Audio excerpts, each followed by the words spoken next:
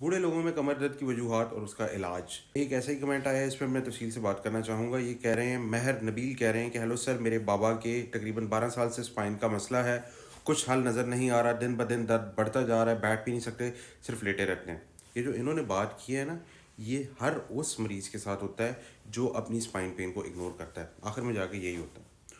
होता क्या है कि जब आप यंग होते हैं, 40 या 50 ईयर्स के होते हैं, तो उस वक्त आपको पहली दफ़ा शटका की पेन होती है। उस वक्त आप लोग मैनेज करते हैं, कभी फिजियोथेरेपी करा ली, कभी दवाई खा ली, कभी कुछ कर लिया, कभी कुछ कर लिया। कहते हैं चलो टाइम चल रहा है, गुजारा चल रहा है, चलने दो।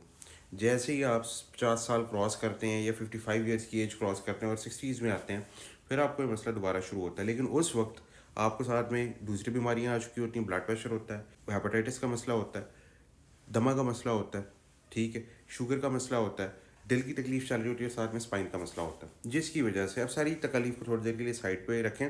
इस एक तकलीफ की वजह से ना आप चलने से जाते हैं, बेड पे लेटे रहते हैं, फिर क्या होता है, वेट बढ़ता है, कमर में दर्द होता है, डिप्रेशन होता है, चिड़चिड़ापन होता है। और जब आप लोगों से कहा जाता है कि आप इसका सर्जरी कराएं, और उस वक्त आप सर्जरी कराने भी चाह रहे होते हैं, लेकिन जब आप सर्जरी कराने के लिए आते हैं तो फिर हॉस्पिटलाइजेशन इतनी प्रोलॉन्ग होती है, सर्जिकल प्रोसीजर इतना कम्प्लेक्स हो चुका होता है, क्योंकि आपकी बीमारी बढ़ चुकी होती है।